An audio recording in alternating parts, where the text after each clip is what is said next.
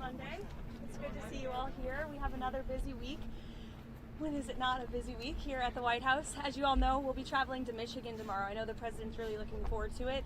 He's going to give a speech at the Detroit Economic Club in addition to touring a factory in Dearborn, Michigan that produces F-150s. And my understanding is Ford is ramping up that manufacturing and also going to be hiring more American workers at this facility thanks to President Trump's policy. So he'll be doing that tomorrow and talking about all of the great economic news, which I would be remiss if I did not point out to you all. We have mortgage rates falling below 6% for the first time in years. Thank you, NBC, for this very fair and honest headline. But this is the truth and these are the facts thanks to President Trump's economic policies. So frankly, they're hard to deny.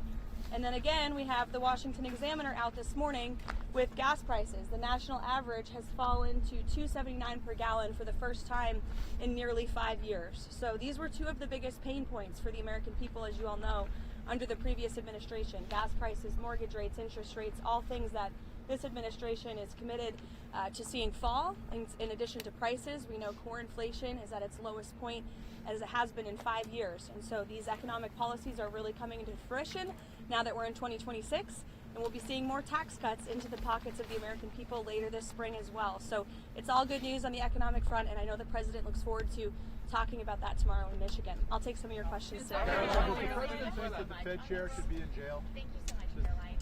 Jerome Powell, President Trump has mentioned on multiple occasions that the administration could probably bring a lawsuit against him. Did the president ever direct DOJ officials to open an investigation into Powell? No. And can you reassure the American public that his long-standing criticisms and public comments about Powell had nothing to do with the investigation? Look, the president has every right to criticize the Fed chair. He has a First Amendment right, just like all of you do. And one thing for sure, the president's made it quite clear, is Jerome Powell is bad at his job. As for whether or not Jerome Powell is a criminal, that's an answer the Department of Justice is going to have to find out, and it looks like they intend to find that out. Thank you. Two more questions on the Fed for you. Senator Tillis is promising to hold up all Fed nominees until this legal matter with Jerome Powell is resolved. What does the president make of that? I haven't spoken to the president about Senator Tillis' comments. I'll leave that to our legislative affairs shop to figure out, and I'll let the president speak on that himself. Go ahead. Believe that the Fed should operate independently from him. The president has made it quite clear he thinks Jerome Powell is bad at his job, and the president has made it quite clear, as have many economists, by the way, that interest rates should be lowered, and they should have been lowered a long time ago. But does he believe in the independence of the Fed? He has, and he said that many times. Does the president believe that Jay Powell should go to jail if he lied about Eamon, you're yelling out a question that's being asked in a different way, but it's the same exact question as we just answered, and I just answered it. We'll let the Department of Justice determine that. Is the president taking airstrikes off the table in Iran, and does he believe there's a potential path to end the protest there without military action? Well, I think one thing President Trump is very good at is always keeping all of his options on the table, and airstrikes would be one of the many, many options that are on the table for the commander-in-chief. Diplomacy is always the first option for the president. He's told all of you last night that what you're hearing publicly from the Iranian regime is quite differently from the messages the administration is receiving privately. And I think the president has an interest in exploring those messages. However, with that said, the president has shown he's unafraid to use military options if and when he deems necessary, and nobody knows that better than Iran. Go ahead, Jim. Steve Witkoff talking to the Iranians at the moment. I understand that Steve Witkoff will continue to be a very important player in diplomacy with respect to Iran. Trump has confidence in Delcy Rodriguez? I think the last week has shown that the president made the right, realistic assessment of what needed to take place in Venezuela at this moment in time. And the interim authorities and Delcy Rodriguez and her team have been very cooperative with the United States and the president and his team, as evidenced by the massive energy deal that the president was able to cut with the interim authorities, their commitment to release Venezuelan political prisoners, which we also saw last week. So we've seen a great level of cooperation, and the president expects that to continue. Go ahead. Sorry. And how soon does he want to see elections in Venezuela? I think right now it's still too soon to say, and I don't want to set a deadline for the president. What's the meeting this morning with Marco Rubio about Venezuela? What can we see this week on Venezuela? More meetings? The president meets with the Secretary of State and National Security Advisor daily, sometimes multiple times a day, and so it was on a range of topics, as it always is. Does President Trump expect on Venezuela? What practical steps would the White House like to see the interim authorities take to stop Iran and Hezbollah from operating in the country, and have those authorities done anything on that yet? I think right now the main correspondence with the interim authorities is really focused on obviously ensuring stability and prosperity and continued cooperation with respect to energy. As you all know, there was a very powerful and big group of oil executives who were here at the White House on Friday, and so continuing to iron out some of these energy deals. We also have made it very clear, the president's made it very clear, that we don't want to see any more drug boats sailing from Venezuela towards the United States of America, which we have not, frankly, in the last week. President's also made it very clear that only oil tankers that are approved by the United States of America will be flowing from Venezuela, and we will continue to seize ships that are stateless or that are not approved for commerce by the United States.